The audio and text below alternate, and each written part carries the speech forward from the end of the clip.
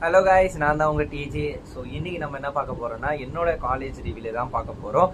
So நான் வந்து கவுன்சிலிங்கில் உங்களுக்கு நான் ஃபஸ்ட்டு வீடியோ போட்டிருந்தேன். ஸோ நான் வந்து 182 கட் ஆஃப் போட்டிருந்தேன். டிஎன்ஏ கவுன்சிலிங் தான் போட்டிருந்தேன். ஏன்னா நான் மற்ற எந்த என்ட்ரன்ஸ் எக்ஸாமும் நான் எழுதலை.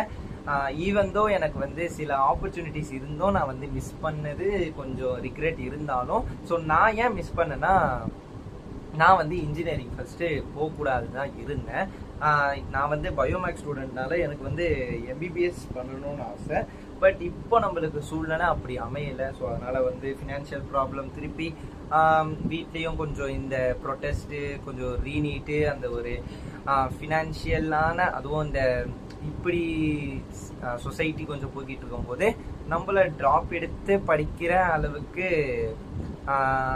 ட்ரஸ்ட் இல்லை. ஸோ அந்த ட்ரஸ்ட் இல்லை. அதே மாதிரி வந்து நான் வந்து 1 இயர் ட்ராப் பண்ணி தான் படிக்கணும்னு இருந்தேன். ஏன்னா வந்து நான் ஸ்டேட் போர்டு. ஸோ ஃபர்ஸ்ட் நான் என்ன பண்ணேன்னா, நான் என்ன நினச்சேன்னா, ஃபர்ஸ்ட் வந்து கவுன்சிலிங்க்கு, அதாவது நம்ம வந்து நல்ல கட் ஆஃப் எப்படியாவது எடுத்துடணும். ஸோ நல்ல நம்ம கட் ஆஃப் எடுத்துட்டோம்னா நம்ம அடுத்து நெக்ஸ்ட் இயர், அதாவது 2027 நம்ம நீட் எழுதும் போது ப்ளஸ் ஜேயும் எழுதி கவுன்சிலிங்க்கும் நம்ம வந்து பேக்கப் வச்சோம்னா நம்மளுக்கு கொஞ்சம் யூஸ்ஃபுல்லாக இருக்கும். ஏன்னா நான் வந்து 1 இயர் தான் எப்படியா ட்ராப் பண்ணணும்னு இருந்தேன். நம்ம ஃபர்ஸ்ட் வந்து ஒன்று மட்டும் ஃபோக்கஸாக இருந்தால் ரொம்ப வந்து நம்மளுக்கு வந்து ஸ்ட்ரெஸ்ஸே ஆகும். ஸோ அதனால தான் வந்து நான் இப்படி பிளான் போட்டேன். பட் எல்லாம் நம்ம என்ன சொல்றது, பிளான் எல்லாமே வந்து சொதப்பிக்கிச்சு. அதாவது வந்து நம்ம ஒன்று நினைக்கிறோம், அது வந்து போகுமான்னு கேட்கும்போது அது போல.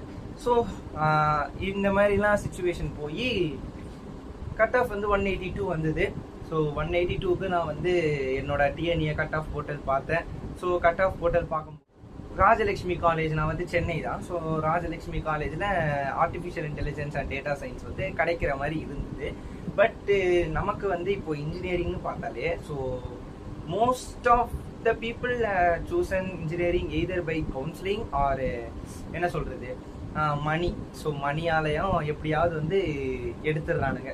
ஸோ நம்மளுக்கு இப்போது எப்படி சொல்கிறது, ஸோ இதனாலே வந்து கிராஜுவேட்ஸ் ஆகிற பீப்புள்ஸ்க்கும் ஜாப் ஹையரிங் வந்து ரொம்ப வந்து சக்ஸஸ் ரேட்டு இல்லை. ஸோ இன்ஜினியரிங்கை பொறுத்த வரைக்கும். ஸோ நான் எப்படி யோசித்தேன்னா, இப்போ இந்த இயர் வந்து ஆர்இசி ஆஃப் கேம்பஸ், அதாவது ராஜலட்சுமி இன்ஜினியரிங் காலேஜில் ஆஃப் கேம்பஸ்னு ஒன்று வந்து இன்ட்ரடியூஸ் பண்ணியிருக்காங்க. ஸோ நான் வந்து இது ஏன் சூஸ் பண்ணேன்னா, அங்கே எப்படி சொன்னாங்கன்னா, இப்போ வந்து நம்மளுக்கு வந்து ஒரு ஃப்ளோர் தாங்க. ஸோ ரொம்ப பெரிய கேம்பஸ் மாதிரிலாம் இல்லை. ஒரு ஐடி காரிடர், அதாவது ஒரு 10 ஃப்ளோர் இருக்குன்னா அதில் வந்து 6th 7th ஃப்ளோரில் வந்து காலேஜ் இருக்குது. ஸோ இவ்வளோ தான் வந்து காலேஜ்.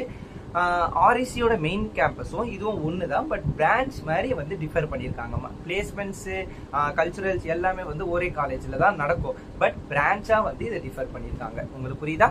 ஸோ இந்த ஒரு நோக்கத்தில், ஸோ இது மட்டும் தானடா, ஏன் இப்போ இதை சூஸ் பண்ண, உனக்கு மெயின் கேம்பஸே கிடைக்கும் போது ஏன் ஆஃப் கேம்பஸ் எடுத்த, அதுவும் இந்த இயர் தான் அது இன்ட்ரடியூஸ் பண்ணியிருக்கு, ஏன் எடுத்தேன்னு எவ்வளோ பேர் வந்து என்னை சுற்றி வந்து நிறைய பேர் வந்து கொஸ்டின் பண்ண ஆரம்பிச்சிட்டாங்க. ஸோ நான் என்ன இதில் எடுத்தேன்னா, ஸோ இப்போ நான் சொன்னல உங்களுக்கு வந்து கிராஜுவேட்ஸ்க்கு சக்ஸஸ் ரேட்டு இல்லை, அது இதுன்னு நம்ம படிக்கிறத பொறுத்து தான், நம்ம ஸ்கில்ஸ் டெவலப் பண்ணுறதை பொறுத்து தான் நான் சொல்லிட்டு போயிடலாம். பட் ஈவன் தோ இப்போ ஒரு ஹாஸ்பிட்டலை வச்சுக்கிறோம், ஓகேங்களா, ஹாஸ்பிட்டல் காலேஜ் நம்ம போகிறோம்ல, இப்போது ஒரு எக்ஸாம்பிளுக்கு வந்து ஒரு காலேஜ் வச்சுப்போம், மெடிக்கல் காலேஜ். ஸோ இப்போ மெடிக்கல் காலேஜில் படித்தவங்க அவங்க அங்கேயே வந்து ஹாஸ்பிட்டல் இருக்கும், அந்த ஹாஸ்பிட்டல்லே ஒர்க் பண்ணுற ஆப்பர்ச்சுனிட்டி கிடைக்கும். ஸோ இதே மாதிரி இதே பேஸ் பண்ணி தான் இன்ஜினியரிங்கில் இவங்க இன்ட்ரடியூஸ் பண்ணியிருக்காங்க.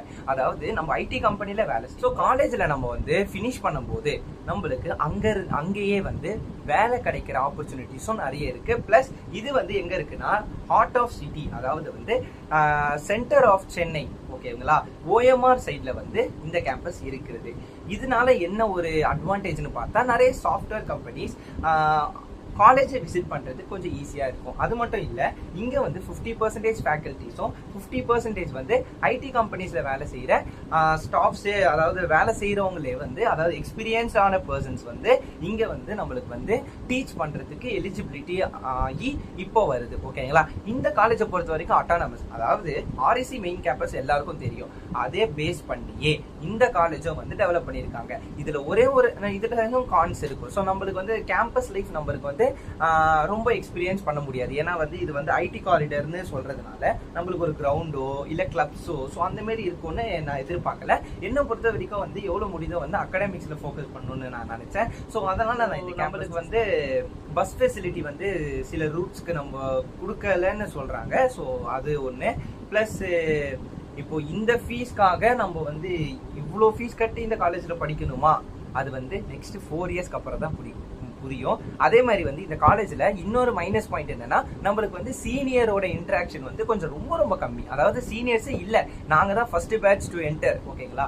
ஸோ இந்த இதெல்லாம் இருக்கும்போது நான் ஏன் இதை சூஸ் பண்ணேன்னா, இதோட இன்டேக் வந்து 360. எனக்கு எப்படி இருக்கும்னா, ஸ்மால் சர்க்கிளா இருந்து நம்ம அங்கிருந்து கரியரை பில்ட் பண்றது இன்னும் பிளஸ் பாயிண்டா இருக்கும்னு நான் நினைக்கிறேன். ஓகேங்களா? இப்போ சில காலேஜஸ்லாம் இருக்கலாம் 12,000 இவ்வளவு பேர் இருக்காங்கடா, அவ்வளவு பேர் இருக்காங்கடா.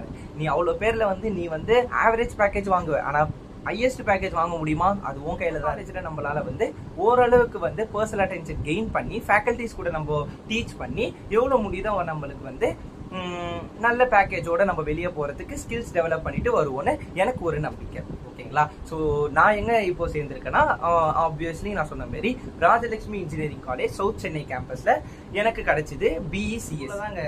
இதான் காலேஜை பொறுத்த வரைக்கும். So most of the peoples அதாங்க இப்போ இன்ட்ரடியூஸ் ஆனதுனால பிளேஸ்மெண்ட்ஸ் ரெக்கார்ட்ஸ் இல்லை, எப்படி இருக்கும், செமஸ்டர்ஸ்க்கு எப்படி பார்ப்பாங்க, இந்த காலேஜில் முதல்ல எப்படி இருக்கும்னே தெரியாது. நான் பிளைண்டாக தான் போகிறேன் without expectations. What they say I am saying to you. So that's all. So மற்றபடி நான் வந்து இந்த காலேஜை ப்ரொமோஷன் பண்ணவோ எந்த ஒரு இதுவும் இல்லை. நான் எங்கே சேர்ந்தனோ அது உங்களுக்கு சொல்கிறேன். ஸோ நான் இன்னும் இந்த கோத்ரூ அதாவது 4 இயர்ஸும் எப்படி போகுது அதை நான் நல்லபடியாக சொல்லி உங்களுக்கு நெக்ஸ்ட் இயர் TNA நீங்கள் கவுன்சிலிங் போட வந்தீங்கன்னா உங்களுக்கு நான் ரெக்கமெண்டேஷன் ட்ரூத்தா பண்ணுவேங்க. உங்களுக்கு வேணுமா வேணாமான்னு நான் சொல்றேன். ஸோ அதுக்கு நான் இந்த 1 இயர் நான் வந்து ஸ்பெண்ட் பண்ணி நான் எப்படி இருக்குன்னு என்னோட ஒப்பீனியன் நான் சொல்றேன். ஸோ இதுதான் இந்த வீடியோல நான் சொல்ல விரும்புறது. ஸோ இந்த வீடியோ உங்களுக்கு பிடிச்சிருந்தா லைக் பண்ணுங்க, ஷேர் பண்ணுங்க, மறக்காம சப்ஸ்கிரைப் பண்ணுங்க. ஸோ சப்ஸ்கிரைப் பண்றதுல தான் வந்து நம்மளுக்கு மோட்டிவ் வரும். ஸோ லெட்ஸ் சி, நல்லபடியா படிங்க. TNA கவுன்சிலிங்ல ஈஸியா நினைச்சிடாதீங்க. எல்லா பேப்பர் கஷ்டம்னு சொன்னாலும் எப்படியாவது வந்து 200 கட் ஆஃப் வராம இருக்க போறது இல்லை.